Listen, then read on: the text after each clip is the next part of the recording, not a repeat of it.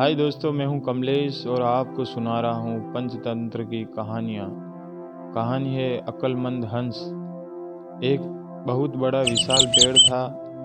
उस पर विशेक हंस रहते थे।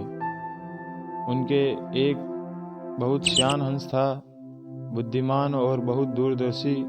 सब उसका आदर करते, ताऊ कहकर बुलाते थे। एक दिन उसने एक नन्ही सी बेल को पेड़ के तने पर बहुत नीचे लिपटते पाया। ताऊ ने दूसरे हंसों को बुलाकर कहा, देखो, इस बेल को नष्ट कर दो। एक दिन यह बेल हम सबको मौत के मुंह में ले जाएगी। एक युवा हंस हंसते हुए बोला, ताऊ, यह छोटी सी बेल हमें कैसे मौत के मुंह ले जाएगी? सियाने हंस ने समझाया, आज यह तुम्हें छोटी सी लग रही है। धीरे धीरे यह पेड़ के सारे तने को लपेटा मारकर ऊपर तक आएगी। फिर बेल का तना मोटा होने लगेगा और पेड़ से चिपक जाएगा।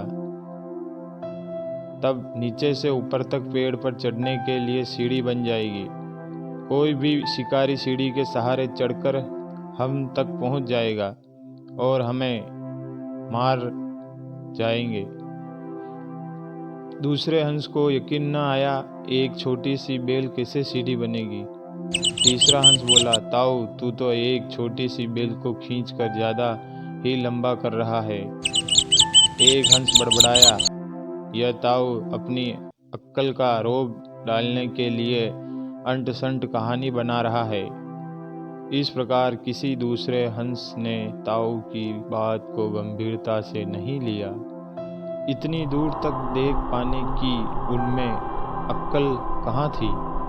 समय बीतता रहा। बेल लिपटते लिपटते ऊपर शाखों तक पहुंच गई।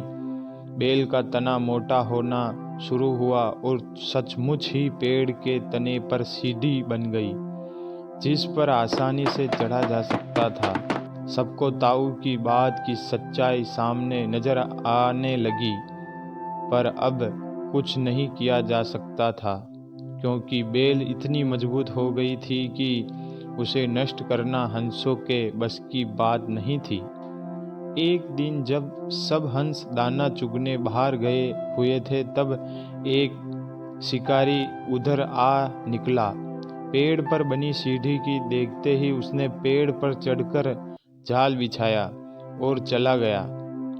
साईं को जब सारे हंस लौट आए पेड़ पर, तो शिकारी के जाल में बुरी तरह फंस गए। जब वे जाल में फंस गए और फड़फड़ाने लगे, तब उन्हें ताऊ की बुद्धिमानी और दूरदर्शिता का पता लगा। सब ताऊ की बात न मानने के लिए लज्जित थे और अपने आप को कोस रहे थे। ताऊ सबसे रुष्ट था और चुप बैठा था। एक हंस ने हिम्मत करके कहा, ताऊ, हम मूर्ख हैं, लेकिन अब हमसे मुंह मत फेरो। दूसरा हंस बोला, इस संकट से निकालने की तरकीब तू ही हमें बता सकता है। आगे हम तेरी कोई बात नहीं टालेंगे। सभी हंसों ने हामी भरी। तब ताऊ ने उन्हें बताया, मेरी बात ध्यान से सुनो। सुबह जब शिकारी आएगा, तब मुर्दा होने का नाटक करना। शिकारी तुम्हें मुर्दा समझकर जाल से निकालकर जमीन पर रखता जाएगा। वहाँ भी मरे समान पड़े रहना। जैसे ही वह अंतिम हंस को नीचे रखेगा, मैं सीटी बजाऊंगा। मेरी सीटी सुनते ही सब उड़ जाना। सुबह शिकारी आया। हंसों ने वैसा ही किया जैसा ताऊ ने समझाया था। सचमुच शिकारी हंसों को मुर्दा समझकर जमीन पर पटकता गया। सीढ़ी की आवाज के साथ ही सारे हंस उड़ गए। शिकारी अचानक अचंभे में देखता रह गया। सीख, बुद्धिमानों की सलाह गंभीरता से लेनी चाहिए।